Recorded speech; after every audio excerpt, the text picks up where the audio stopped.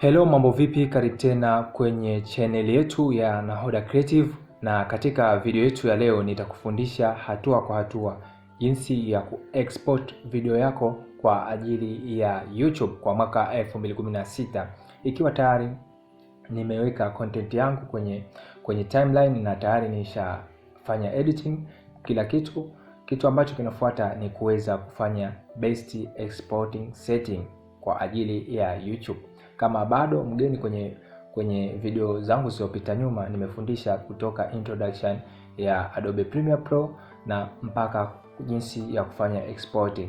Kwa hiyo leo nitakuonyesha namna gani ambavyo unaweza ukafanya exporting sahihi kwa ajili ya content zako za YouTube. Ikiwa tayari nimeshafanya kila kitu kwenye video yangu, nitakuja kwenye export kama inavyoonekana, na watu ambao wanatumia toleo la mwaka 2020 kutoka chini hawezi kuona feature hizi, na watakuja kwenye file. Kwenye file watashuka chini mpaka kwenye export. Kwenye export utakuja kwenye media. Kwa watu ambao wanatumia Windows basi wanaweza wakabonyeza Ctrl+M, lakini kwa watu ambao wanatumia Mac basi wanaweza wakabonyeza Command+M. Baada ya kubonyeza italetea interface kama hiyo tunavyoiona. Kitu cha kwanza unachotakiwa ni kutengeneza file name, yani jina la faili yako. Kwa hiyo nitakuja hapa kutengeneza, nitasema best export setting.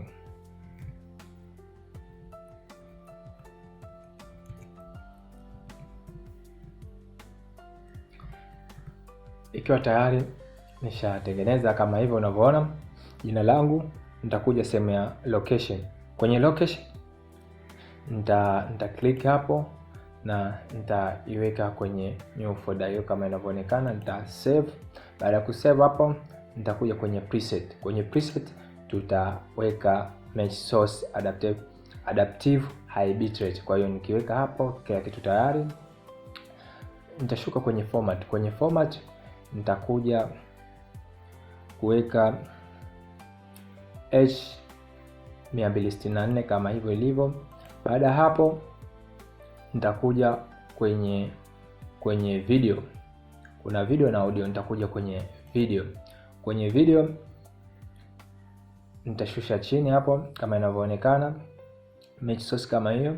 Basi nitakuja frame size. Frame size tutaweka Full HD hapo. nita untick hapa, nita click hapa kuweza ku-untick na kuweza kufanya kubadilisha. Nitakuweka kwenye Full HD ambayo ni 1920 kwa 1080, alafu nitakuja ku-untick kwenye frame rate. Kwenye frame rate itategemea na wewe mwenyewe video yako iko vipi. Kwa mfano mimi video yangu iko kawaida ambayo nitaweka 30 na nitashuka chini, kila kitu nitakiacha kama kilivyo hapo. Nitakuja more kuweza kuangalia sehemu gani ambayo inahitaji kuweza kuweka sawa. Nitakuja render maximum depth, nitatick.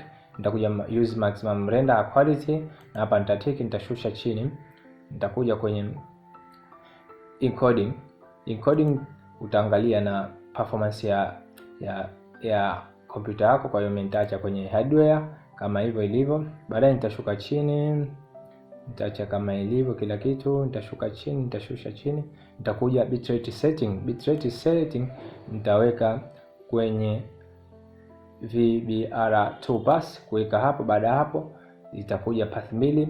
Pass ya kwanza nitaweka 25 na pass ya pili nitaweka 20. Tutaweka 30. Hii inaweza kusaidia kuweza kuweka video yako kuonekana quality na kwa best zaidi. Baada hapo nitakuja juu, nitafunga video na nitakuja kwenye audio. Nitakuja kwenye audio hapa.